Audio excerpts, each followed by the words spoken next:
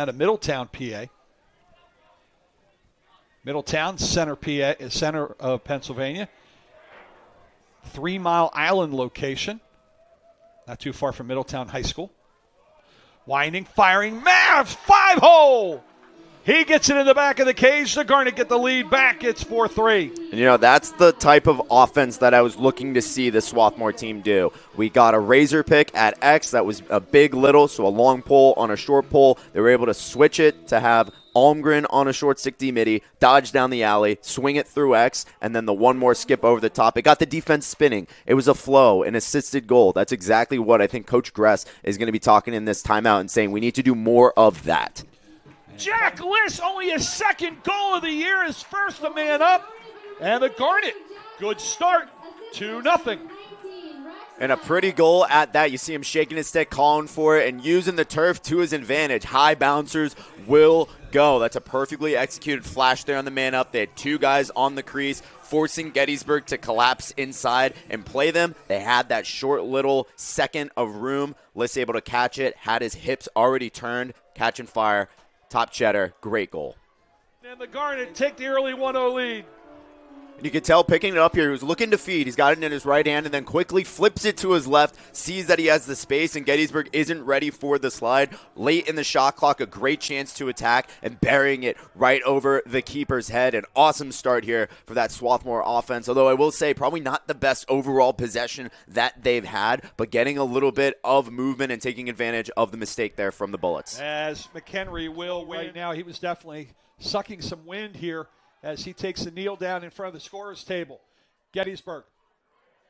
Good defensive force outside. Pass inside. Cut off short term. Straight away. Shooting, firing, scoring.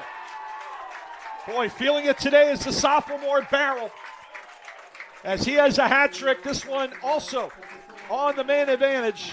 And the lead back to 2 for the Bullets at 8-6. And the difference between this Gettysburg offense and the Swarthmore offense has been ball movement, ball speed, and decision-making. You see on that man up, they try to do that little flip play up top, cause some confusion, and right once they decide who's going to get the ball, they have it move at least 2 times because Swarthmore is trying to figure out where that ball is, and Gettysburg wants to make sure that even if they know where it is, they have to continue to scramble. And the other thing I liked, they had a low-angle look that could have been put on goal. You could have tried to throw it in. They chose not to, took that extra 2 seconds, found an open shot up top, and that's why they buried it.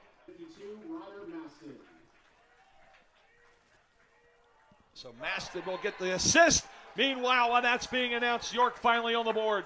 Beautiful 2-man game there on that far side. It was Davis Fisher, as we said, the assist leader for this team, the distributor, carrying it upfield. Colby Berard coming in and flying by. That's the opposite of a pick. Instead of standing there and taking the contact, you act like you're going to set the pick and then slip it a little bit early. Try to create confusion on the defense. Got it there. And as you said, tight angle, low to high, going on Tyson. Beautiful, tough shot, but really well executed there offensively. 5 turnovers officially. I think it may be more when we get out of the quarter break for the Garnet. 10 seconds. This is going to be a tired defense. Top right wing shooting, scoring. And that's the York defense coming up big. Corey Bergman getting the tally on that one. Yeah, and Bergman on that one, something to celebrate there. His 100th career point with that goal. Congratulations to the young man, the junior there. But exactly to your point, it's those turnovers and unforced ones in the middle of the field that have always been kind of holding Swarthmore back. They've been doing a lot better job of that this season, but that one right there, you can see the dynamic and the momentum shift, right? The defense sees that, and it takes the wind out of them. They're like, oh gosh, here we go. We got to lock in again. And York able to play at that pace and keep that efficient offense going, gets a good look and takes advantage. And it's back to a 2-goal lead for the Garnet. Been playing really well recently. George has, I like it, going down the lefty alley, gets his defender to overcommit, rolls back and immediately fires it, gets it off the turf. That's exactly what you need to do in that scenario, and I think that was one of the first times that we saw Swarthmore win their matchup objectively and make the right decision out of it. I want to see a lot more of that, especially from the midfielders. They rely a lot on their attackmen to create the offense. The middies are going to need to step up and win matchups. McHenry wins another one. They're going to have to hustle this one. Another heads-up play by Evans. 20 away, shooting wide. Oh, it ends up being a pass. Shot pass instead. And in the world of football, that's what you call an audible. At the last second, he stepped into that shot, and initially his plan was to shoot, 100%, no doubt about it. And then he saw the sneaking Fisher from X, and that's what we were talking about that off-ball movement and consistently always trying to find those gaps, having your head up, and he was able to recognize it, pull out right away from that shot, get the feed, and bury it. That's a really solid, high IQ play overall from York. Hockey, they call it a shot. Scooped up off the ground by the freshman Trot Cush. Pass in tight, shot score. That is way too easy. In transition, all of a sudden, Corey Bergman has cut the deficit to 1.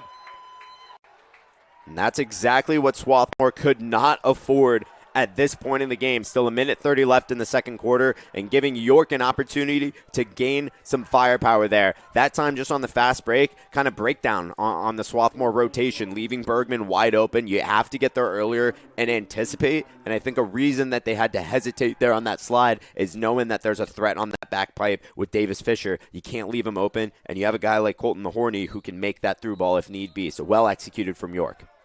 Against Swarthmore, he won the first one back in 1998, 14-4. As a turnaround fadeaway, and when you need help, go to the Wizard. Almost a rinse repeat of that first goal that he had, taking the dodge from X, coming up the hash, right up to that 5-and-5 point on the field, turning his hips and firing far side. It doesn't get much prettier than that, and something that they really, I think Messiah has to start having some guy to send the double right away when they're coming up from X, because that's just a dangerous spot to have the best shooter on this team. Balls will win games. McHenry, the junior, one of the best in the nation at the face-off dot. Spin move, Mab shooting, scoring, low left corner, goes low on Algarin, and we'll get the lead back for the Garnet. It's 5-4. And the sideline's going to row the boat there. Beautiful offensive look, sitting in that 3-high formation out of the midfield. Orman was going over and setting the pick, had it for his left hand, switched to his right at the last minute, got the defense to jump, and then, as you said, just going down the alley with the right hand, burying it low. That's exactly what we want to see a lot more of, working together and playing off of what the defense gives you. Pass in tight, bounce shot. There's the Wizard. Almgren from Orman. It's 4 for Clay, and it's a 3-goal lead.